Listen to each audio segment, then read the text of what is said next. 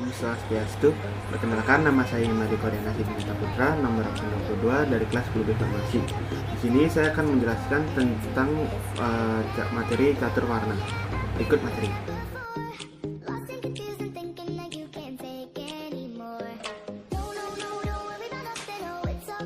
Agama Hindu merupakan pengamalan ajaran agama Hindu oleh penganutnya. Agama Hindu itu intinya sama di mana-mana, tetapi ke masa budayaannya lah yang berbeda-beda sesuai dengan keberadaan manusia penganutnya. Hal ini menyebabkan banyak dijumpai kesalahpahaman dalam penerapan ajaran suci Hindu, terutama di Bali yang belum dipahami secara benar. Hal ini sangat nyata dijumpai dalam penerapan ajaran suci Hindu, yaitu catur warna.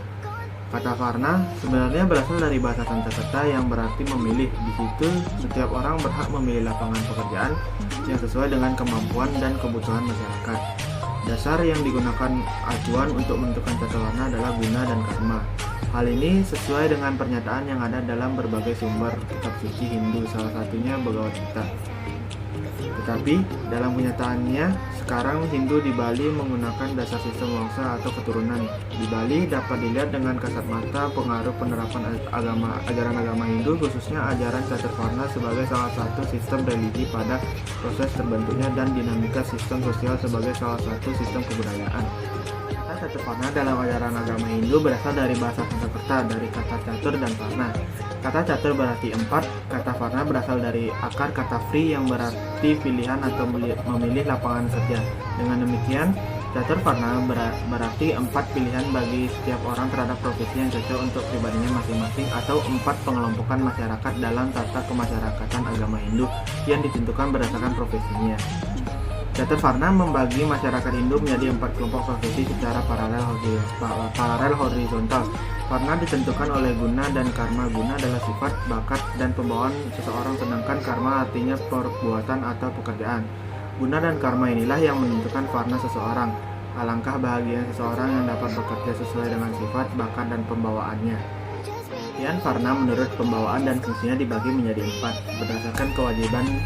Pengelompokan masyarakat menjadi 4 kelas ini sebenarnya bukan saja hanya terdapat pada Hindu saja, tapi bersifat universal.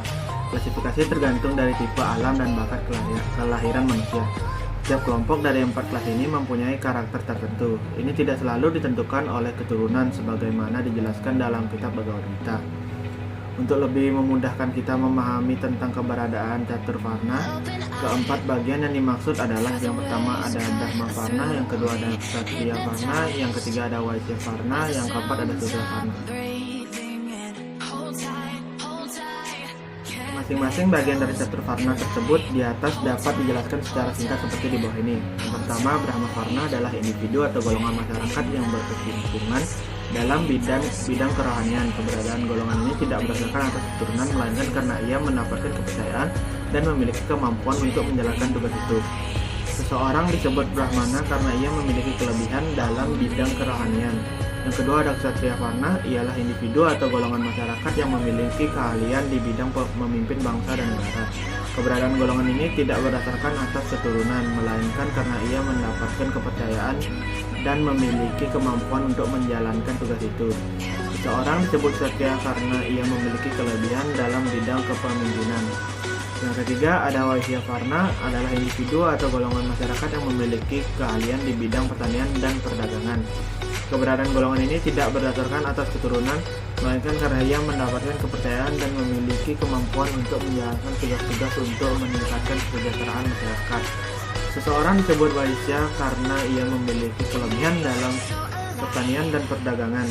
Yang keempat ada Sudra varna, ialah individu atau golongan masyarakat yang memiliki keahlian di bidang pelayanan atau membantu. Keberadaan golongan ini tidak berdasarkan atas keturunan, melainkan karena ia memiliki kemampuan tenaga yang kuat dan mendapatkan kepercayaan untuk menjalankan tugas-tugas untuk memberikan pelayanan kepada masyarakat. Seorang disebut Sudra karena ia memiliki kelebihan dalam bidang pelayanan. Kewajiban Brahmana. Istilah Brahmana berasal dari bahasa Sanskerta dari urat kata brah, artinya tumbuh. Dari arti kata ini dapat kita gambarkan bahwa fungsi Brahmana adalah untuk menumbuhkan daya cipta rohani umat manusia untuk mencapai ketentraman hidup lahir batin. Brahmana juga berarti pendeta. Pendeta adalah gelar pemimpin agama yang menuntun umat Hindu mencapai ketenangan hidup dan memimpin umat dalam melakukan upacara agamanya. Yang kedua, kewajiban ksatria. Kata ksatria berasal dari bahasa Sanskerta, artinya suatu susunan pemerintahan atau juga berarti pemerintah, prajurit, daerah, keunggulan, kekuasaan, dan kekuatan. Memang kewajiban ksatria dalam Caturvarna adalah memimpin pemerintahan. Untuk memerintah memerlukan kekuasaan, kekuasaan itu memerlukan kekuatan. Bhamri dalam bukunya Substance of Hindu Polity mengartikan kata ksatria sebagai kedaulatan. Jadinya seseorang ksatria untuk dapat memerintah harus punya kekuasaan dan kekuatan yang berdaulat. Yang dimaksud dengan kekuatan dalam hal ini bukan saja kekuatan fisik, tetapi yang lebih utama adalah kekuatan rohani yang berupa kekuatan iman, kekuatan pikiran atau intelijensia, dan semangat yang tinggi. Yang ketiga, kewajiban Varna Vaisya. Warna Vaisya merupakan warna yang ketiga dalam susunan Caturvarna. Kata Vaisya aslinya Vaisya berasal dari bahasa Sanskerta dari urat kata Vi, artinya bermukim di atas tanah tertentu. Dari urat kata tersebut lalu berkembang menjadi kata Vaisya yang artinya golongan pekerja atau seseorang yang menguruskan pertanian.